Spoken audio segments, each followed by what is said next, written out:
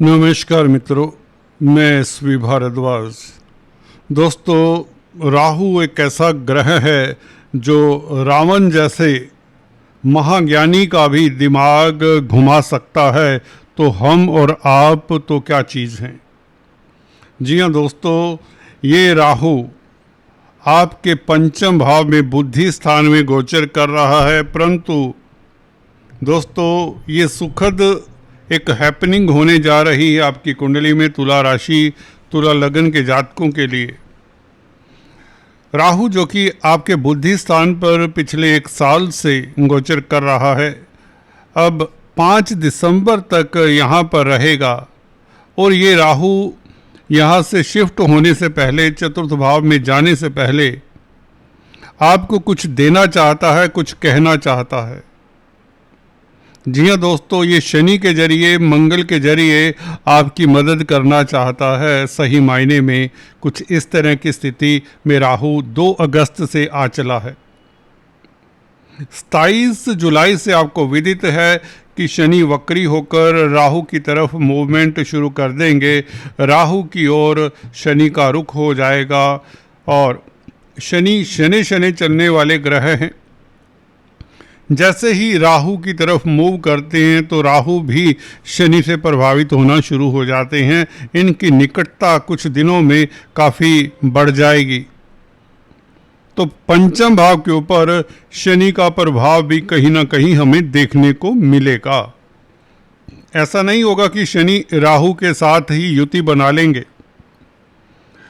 दोस्तों, जब कोई ग्रह वक्री होता है, ज़्यादातर वह अपने भाव में ही रहता है। हाँ, बुध ग्रह ऐसा ग्रह है जो अक्सर वक्री जब होता है तो दूसरे भाव में, दूसरी राशि में भी प्रवेश कर जाता है, क्योंकि बहुत जल्दी से घूमता है। शनि बृहस्पति के साथ अक्सर ऐसा नहीं होता। एनीवेज, ये वक्री चाल से चलते रहेंगे, शनि और राहु के नज़दीक पहुंचते रहेंगे और अगस्त के अंत तक ये राहु को पूरी तरह से प्रभावित करने लग जाएंगे। जी हाँ दोस्तों, राहु पंचम भाव में शनि से जब प्रभावित होंगे, शनि आपके योग कारक प्लेनेट हैं, तो राहु तो कैटालिस्ट का कार्य करता है। तो पंचम और चतुर्थ भाव के आपको सुखद फल मिलने शुरू हो जाते हैं राहु के कारण, और यह बढ़ चढ़कर मिलते हैं, क्योंकि राहु किसी भी ग्रह का प्रभाव बढ़ा चढ़ाकर दिखाने वाला होता है। तो शनि का प्रभाव आपको साफ साफ नज़र आएगा आपके कार्यक्षेत्र पर, प्रॉपर्टी के कामकाज पर और शेयर स्टॉक मार्केट पर। मंगल से भी प्रभावित होंगे। मंगल के नक्षत्र धनिष्ठा में प्रवेश कर जाएंगे 2 अगस्त से। चरण होगा चतुर्थ चरण, और चतुर्थ चरण में यह राहु 3 अक्टूबर तक रहेंगे धनिष्ठा नक्षत्र के। तो 3 अक्टूबर तक ये वृश्चिक नवमांश में होंगे राहु। कहने का मतलब धन का भाव प्रभावित होगा राहु के कारण। कुटुंब का भाव है, वाणी का भाव है, तो राहु द्वितीय भाव के भी फल देने शुरू कर देंगे 2 अगस्त से।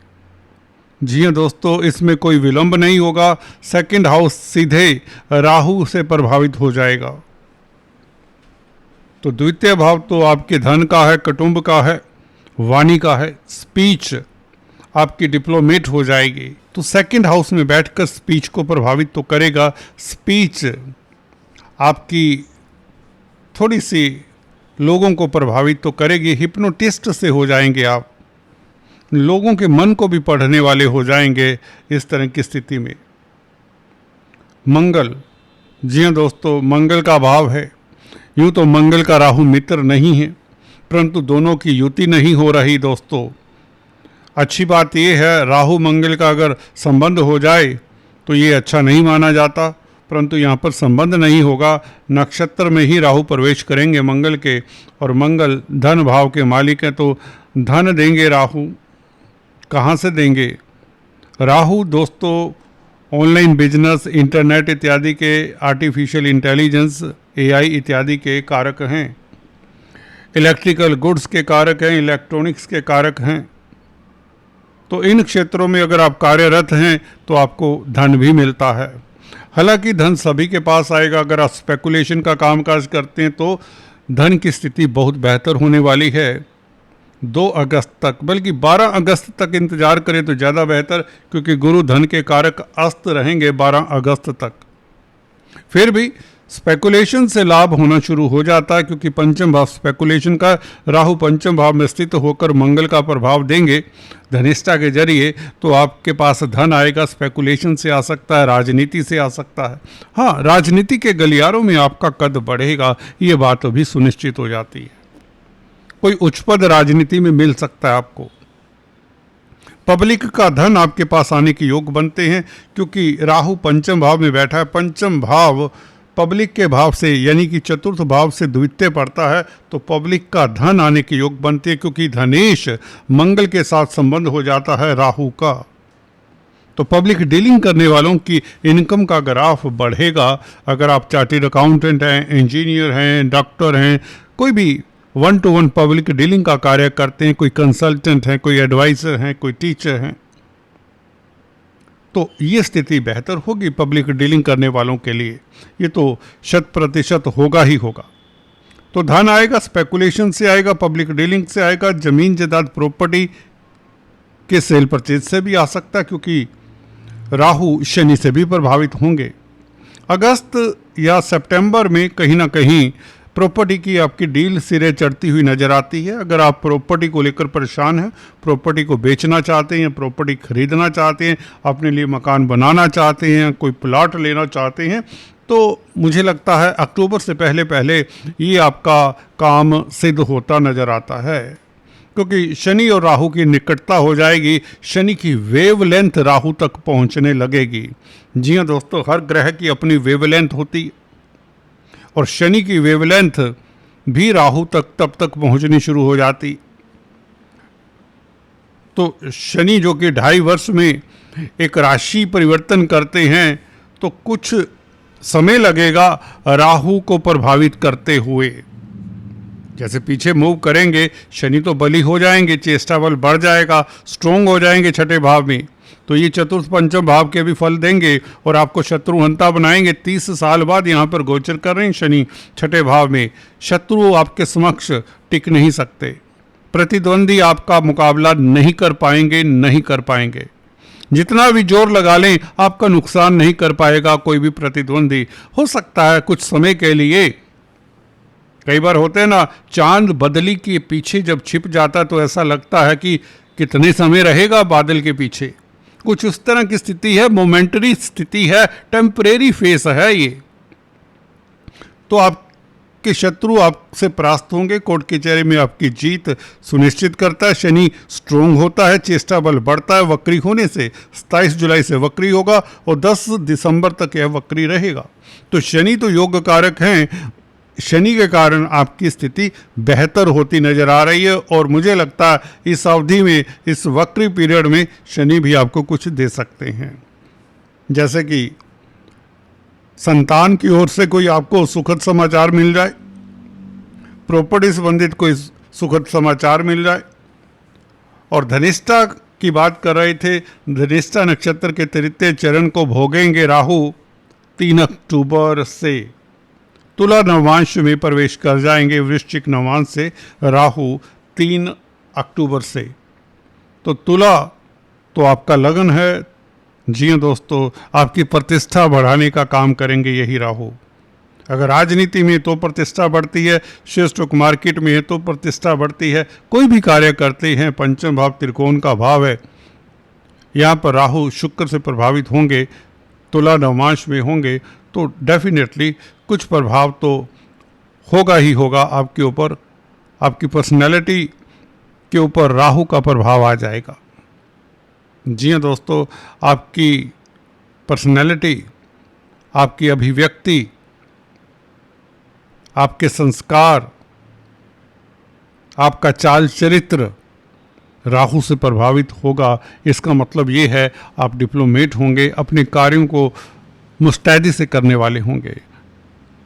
कामयाबी की यही निशानी है। ढीले ढाले अगर चलेंगे, गुरु की परिपाटी फॉलो करेंगे जो कि कर्म भाव में है, तो सफलता नहीं मिलती। हालांकि गुरु भी 12 अगस्त से उदय हो जाएंगे, जो धन के लिए अच्छे हैं। धन भाव को गुरु देखते हैं पंचम दृष्टि से, तो ये स्थिति बेहतर हो जाएगी।